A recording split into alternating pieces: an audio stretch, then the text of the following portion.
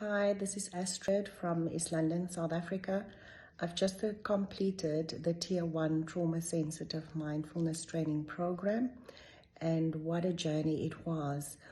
I am grateful for the opportunity to now be able to start sharing mindfulness practices in my community, and also the program has just deepened my own practice. One thing that stood out for me is how it has strengthened my commitment to my daily practice, because the notion of your teaching or leading mindfulness sessions being based in your own daily practice has really stood out for me. And yes, it has really been an anchor for me through this journey.